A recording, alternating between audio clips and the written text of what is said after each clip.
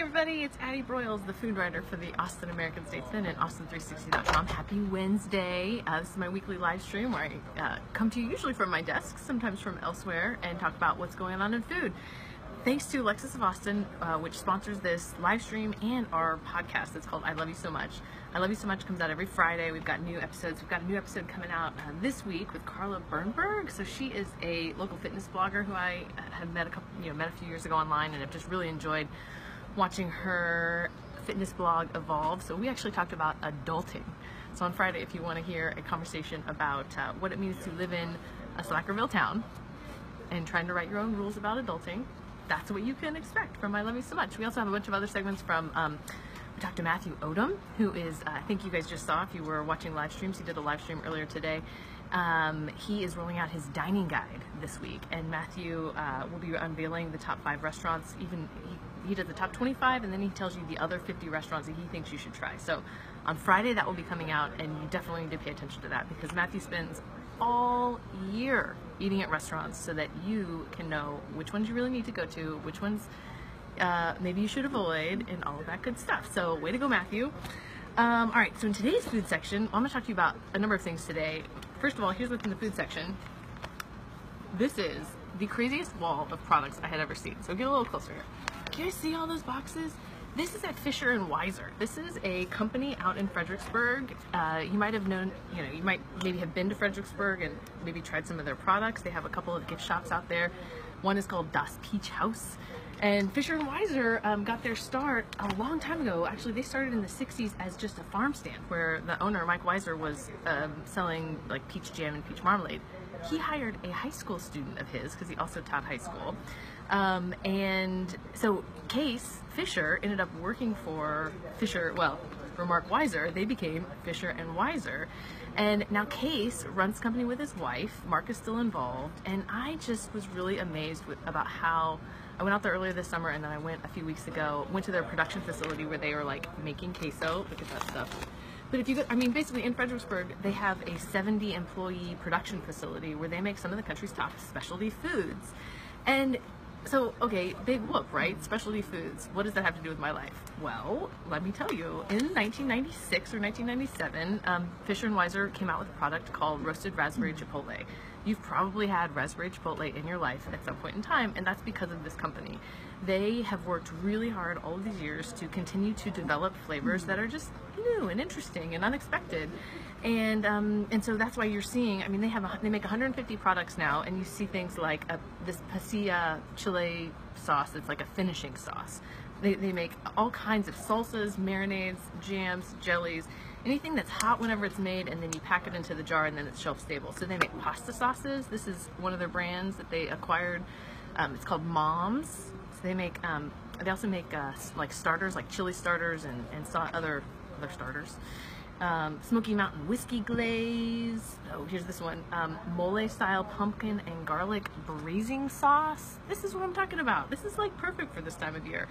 So one of the big marketing things that they've pushed for the past few years is that they create a culinary experience. So the idea is they know people are cooking less and less, but they're hoping that if you pick up a specialty product like this, it will actually help encourage you to defrost some chicken from your freezer and open up a jar and put dinner together as opposed to eating out. So anyway, go check out the story. I think we're going to link to it here. You can learn about the history of the company and how they continue to just evolve, and they've got this really cool family-like environment out there. I had a lot of fun writing that story. We also talked about meal kits. We talked about those last week on the live stream. I think what I've learned is I need to try a couple more flavors. Some of you guys like the other flavors of the meal kits. I didn't like the one I had, so I'm going to try some of those. Always got to keep an open mind, I will remind you that the Fermentation Festival, the Austin Fermentation Festival, is happening this Sunday at Bar Mansion, October 22nd. It is one of my favorite events of the year because you get to go nerd out with a bunch of people who care about kombucha and kimchi. But when you think about it, fermentation is in everything from chocolate to bread to like charcuterie, so like pepperoni and stuff. That's technically a fermented product. So if you're interested in fermentation, I want to recommend a couple of books. I know the titles are backwards, but maybe you can grab a pen and write them down. Okay, so Fermentation on Wheels. This is an amazing woman, Tara Whitesett. She came through Austin a couple of years ago in a school bus she had like a fermentation wagon, and like she went around the country gathering cultures from everywhere, learning and teaching, you know, learning traditional fermentation techniques from people, and also teaching classes. And this is a book that is, you know, part travel log, part, you know, how to on how to make kefir and how to make, I mean, fruit scrap vinegar. If you're a homesteader, this woman, I think she's at Fermentation on Wheels on Instagram. Very cool lady. And then we also have just a couple of books, single subject books that indicate how, you know, basically how advanced cookbooks are becoming these days. Here's a whole book on how to make cider at home. I'm not making cider anytime soon. I'm hoping to make beer sometime this winter. That would be a huge win for me. But if you're making cider, let me know. Maybe we'll come and write a story about you. I think that'd be really fun. Lastly, vinegar revival. People are making their own vinegars. I mean, this lets you know that foodie culture is at its height when we're making things like vinegar, which used to be just considered like the most basic of pantry staples. Okay, so it is going to be Thanksgiving so soon. Look, all recipes, all the food magazines have their their turkeys on the cover. I'm trying to decide if I am going to host a Friendsgiving again. For the past few years, I've been hosting Friendsgiving. It's not that much work, but it's just the weekends are so busy this time of year. But I am glad to see that there's a whole book on Friendsgiving, and you know, it's not, I don't know, I wouldn't say it's that different from a regular Thanksgiving, but I think it's right. I don't want to say it's better, but it's different in all the right ways. For me, I really like having an excuse to have all my friends to get together, and mostly to cook Thanksgiving dishes that I could never serve at a traditional family Thanksgiving, because in my family we celebrate it, you know, I don't want to say it's rigid, but it's kind of rigid about what we eat. So I am today working on a story about pumpkins. So all the week I've been trying to cook with pumpkin, and basically pumpkin spice is all the rage, but I'm really interested in the fact that we now so strongly identify pumpkin spice with pumpkin that sometimes we forget that those are not the same thing. So we're trying to bring the focus back on pumpkin. That'll be in next week's section. We'll have a handful of recipes that give you some ideas for how to actually roast the pumpkin, and then what do you do with it. Real quick shout out to Deb Perlman. She's got another book, Smitten Kitchen. She's one of my very favorite food bloggers, and I think this is her third book. I won't say second or third book, but she's always so thoughtful. I'll be definitely writing about this in my holiday cookbook roundups.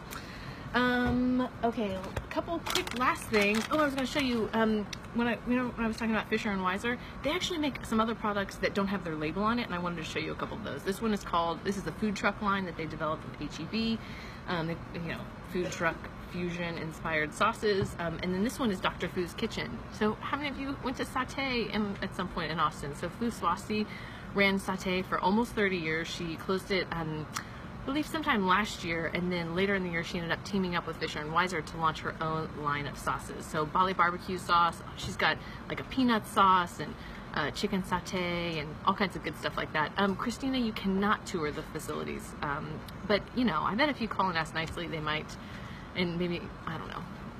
You're so sweet, you could probably get anybody to show you around if you ask nicely. Anyway, these products have been doing really well. They've won some national awards too. So another example of how Fisher & Weiser is, you know, partnering with other local food brands to, you know, amplify the Austin food scene. Randomly, I went to a conference yesterday in Austin. There was something called Escabona. It's actually run by the same people who do Hope, or it's New Hope. They do Expo East and Expo West, which are the largest natural food shows in the country.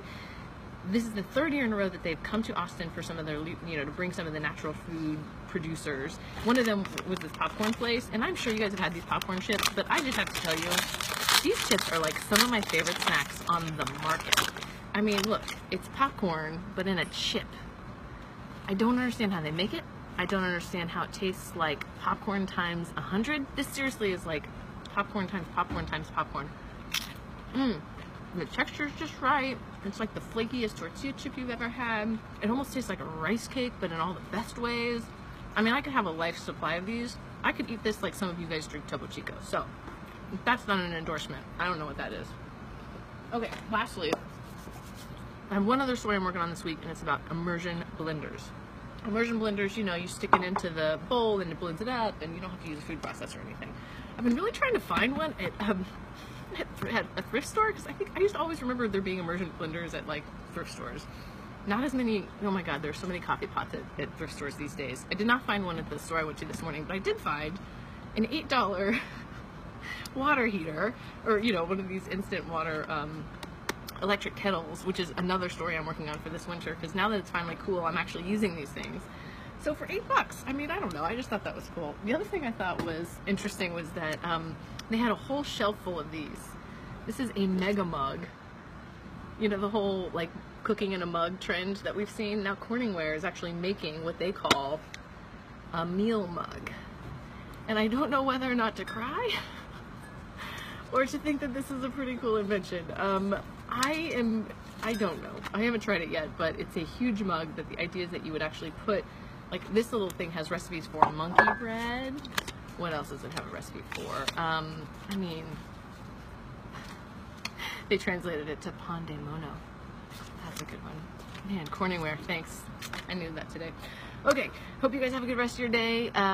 Hit me up online. I'm at Broyles on all the social media. Listen to I Love You So Much on Friday. And shout out again to Lexus of Austin for sponsoring our live streams. I'll see you guys next week. Take care.